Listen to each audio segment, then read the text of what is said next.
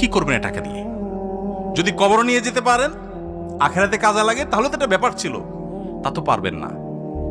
আপনি বলবেন না পারলে কি হয়েছে, ছেলে মেয়ে খাবে, ছেলে মেয়ে ভোগ করবে নিশ্চিত। বহু মানুষ সম্পদ রেখে চলে গেছে, তার ছেলেমেয়েরা ভোগ করতে পারে নাই, হাতে বুতে অন্য মানুষ খেয়ে ফেলছে, আছে না নাই?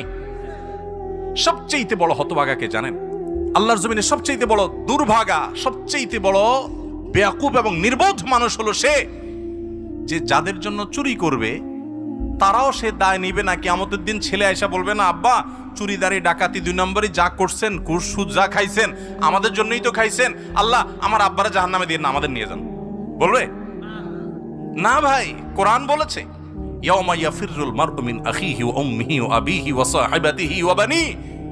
সন্তান বাপকে দেখে মাকে দেখে পালাবে, যে না জানি আজকে কোনো কিছুর জন্য ধরে। সবাই ইয়ানফসি ইয়ানফসি করবে। যাদের জন্য চুরি করবেন ওরাও দায় নিবে না, আপনার মতো